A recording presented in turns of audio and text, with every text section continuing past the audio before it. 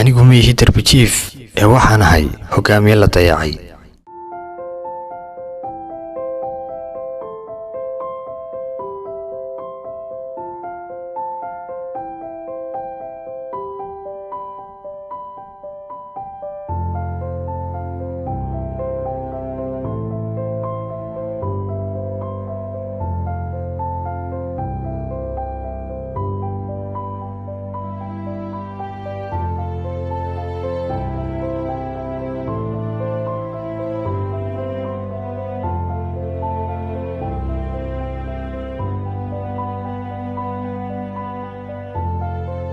Magacaygu waa Muuse.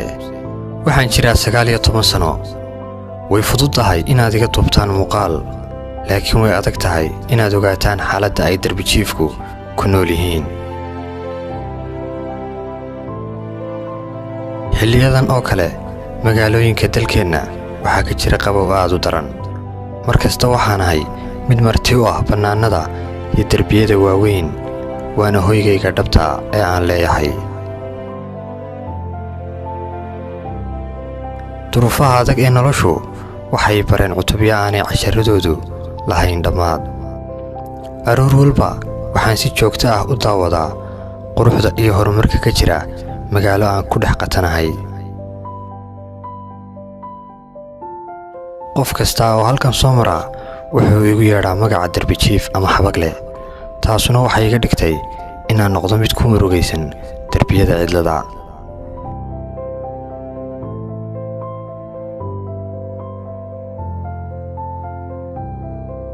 mandooriyuhu igama dhigin inaan noqdo mid nolosha ka dhacay oo aan lahayn rajo.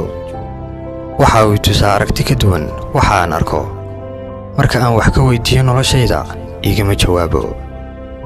ma jiro qof kaliya oo dooran kara nolosha adag ee darbijiifnimada.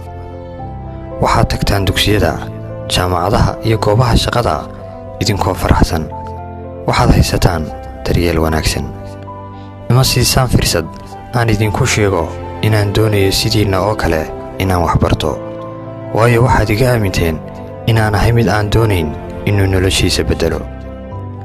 darbijiif kasta wuxuu leeyahay riyo ka duwan tan aan leeyahay oo kale, balse weli maanu helin cidna soo dhowaysa oo aan u sheegano riyooyinka idinka daahsoon ee aan leenahay.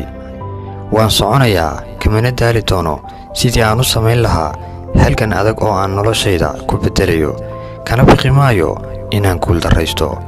anigu ma Ihi Darbijiif waxaan ahay hogaamiye la dayacay. haddii aan helo daryeel qaran, waxaan hubaa inaan noqon karo hogaamiye dalkiisa iyo dadkiisa wax tara.